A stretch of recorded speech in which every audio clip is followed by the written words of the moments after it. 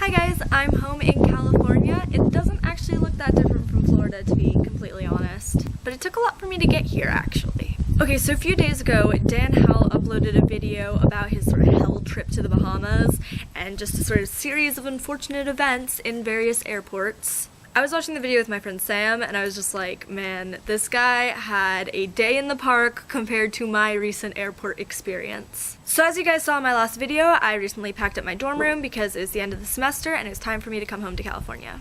Last Friday, my dad and I were supposed to fly home, so at 4 o'clock we went to the airport, we had a 5:50 flight, we were good to go. So we get to the airport early, we get some Starbucks, settle down, wait for our plane to arrive. Soon enough it does, we get on the plane and we are ready to go. And then the plane doesn't take off for 2 hours. We were in the middle of a thunderstorm, which isn't too unusual for Florida, so I figured the airport would have figured out how to get us off the ground, but they did not. After about an hour of this, I'm just watching the rain pound on the window, and I decided to take my phone off airplane mode because we are not flying. I checked my email, and my school has sent an email out saying, by the way, just a reminder, we're still in drought-like conditions, so we might not have the fireworks show for the graduation.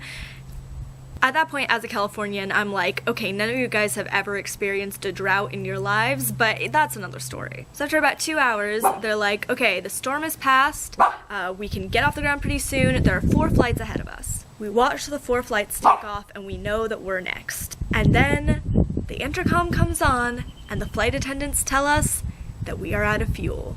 I mean, not completely out of fuel, obviously, but we'd burned so much fuel on the tarmac that we could not get to Phoenix, which is where our connecting flight was. So we had to return to the gate to refuel. And while we were refueling, get this, another storm rolled in. So we were trapped again. At that point, they're like, we're not going anywhere anytime soon. You guys have all missed your connecting flights at this point. Sorry. Get off the plane. So we dejectedly shuffle off the plane. I go to take my dog for a walk, but we can't get outside and go through security again, so I don't have any place for her to go to the bathroom. And of course, because of course this happens to us, my dog pees on the ground in front of a bunch of people. So we clean that up, we go back to our gate, we sit down, we're like, okay, just gotta wait for this storm to pass. Eventually it does. We get back on the plane. At this point, it's like 9 o'clock at night. We were supposed to leave before 6, but it's okay. It's fine. We're on our way now. No, we were not on our way now because apparently in all that time, they still hadn't actually refueled the plane. So we had to wait for the plane to refuel, and then we finally got out at about 10 o'clock.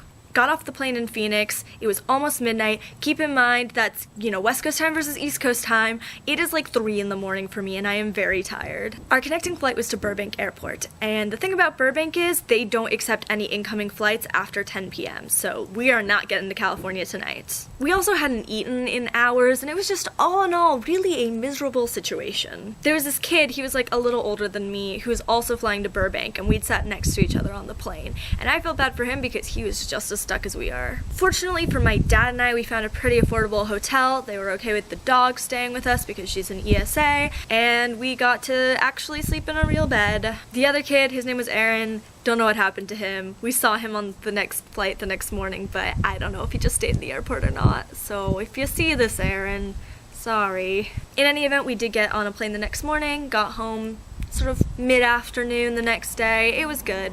Of course, our new flight was set to board at 11:20 and my dad made me get up at 6:30 in the morning, so not entirely sure why that was necessary, but we had a good breakfast.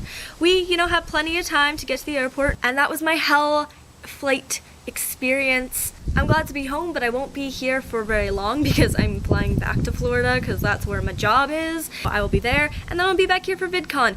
Speaking of VidCon, if you're going, let me know. I have a lot of friends and YouTube buddies who are going this year and I would be super excited to see you all, so definitely let me know. This is gonna be my 6th VidCon, so I am a VidCon master at this point. I know exactly how to get the most out of the VidCon experience. Also, if anyone wants to collab, let me know. Yeah, just leave a comment if you're gonna be at VidCon. Anyway, thanks for watching. If you feel any sense of pity towards what I experienced, then please give me a like and a comment and maybe even a subscribe. It would make me feel a lot better, honestly. I'll see you next time. Bye.